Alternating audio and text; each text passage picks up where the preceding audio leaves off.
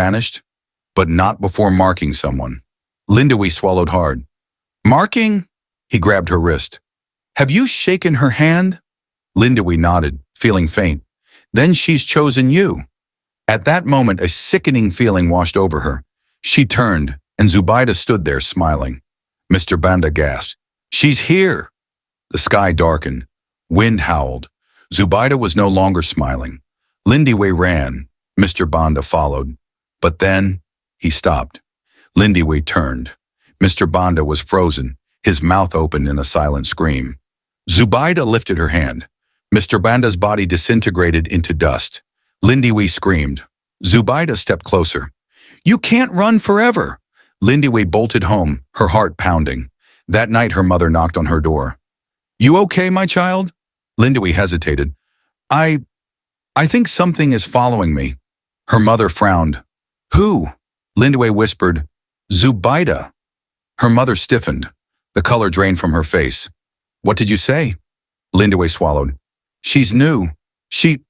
Her mother's lips trembled.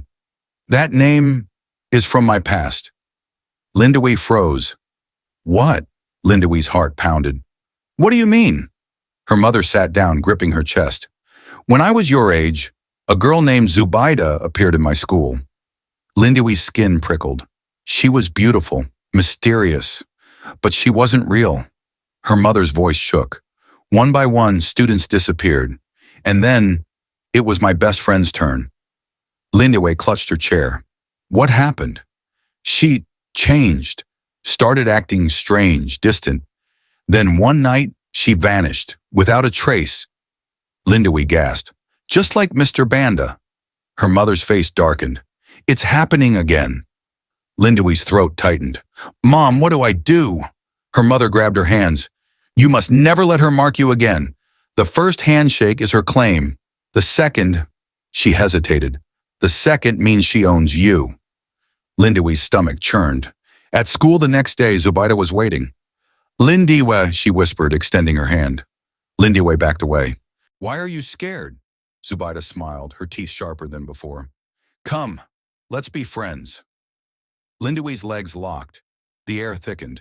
Then, her fingers twitched on their own, reaching out.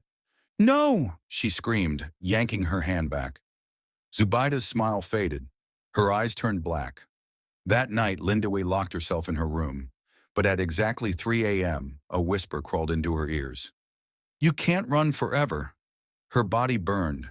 Her right hand, where Zubaida first touched her, glowed faintly. She gasped.